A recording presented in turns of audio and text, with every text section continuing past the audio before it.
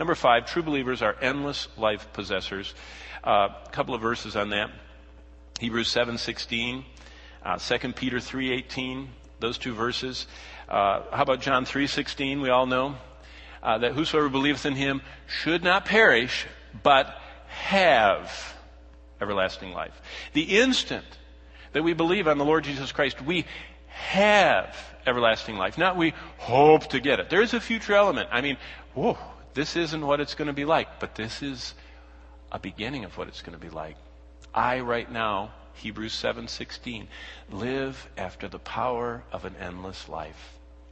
I know that no matter how much this clay pot wears out, no matter how cracked and worn out and sick it gets, I have endless life. And that power is what keeps us going the weaker we get. The question is, can you identify how Christ has changed your life? Are you seeking to daily maintain good works? Or are your works occasional and weak? Do you seek to grow in the things of the Lord? That's 2 Peter 3:18. But grow in grace, that's what God does. And in knowledge, that's what we experience. But grow in the grace, the energizing of God. And in the knowledge, that's the personal experience. That's the doing. Don't just grow in one side, either side. Cling to your endless life. Do you seek to grow in the things of the Lord? Can others tell that you have been with Jesus? You know, Paul said in 1 Timothy 4:15 to Timothy, he said, let your profiting appear to all. Let everybody see. Let people in on this. Let them see how you're growing. Let them see how you're appropriating God's grace and how you're growing in the personal experience. That's why we need family around us. We're encouraged. It's interesting. I've been married almost 25 years. Going to celebrate it, Lord willing, if I'm still alive, and Lord hasn't come back on December 27th. But you know what?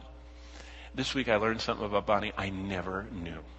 It was the most wonderful thing. I was sharing with Bonnie, and we were praying, and I shared a request with her, and she said, that's exactly something the Lord did in my life too. I said, I didn't know that. You see, other believers are so powerful in our lives as we relate with them. Christ, clinging, endless life possessing. Number 6, true believers are gospel givers. Verse on that is Acts 5:20. And the question is, do you desire to share Christ with others, or are you ashamed of him? Do you have no desire to tell anybody else? Do you not want to do what you were left here to do? Jesus says, I leave you here on earth to go in all the nations and preach the gospel and make disciples. And you say, I'll pay someone else to do it. I'm going to do my thing. Jesus didn't say do your thing. He said do my thing. And his thing is that we live our life, Acts 5:20. Go stand and speak to the people all the words of this life. Speak the words of this life.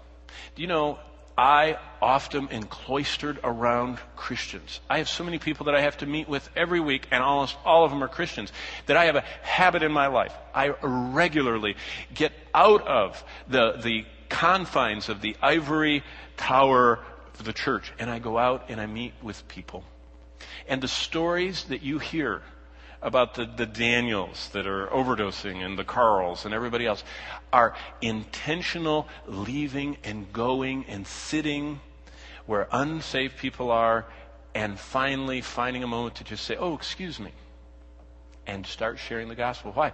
Because I am a gospel sharer. I am one who wants to speak the gospel and give it out.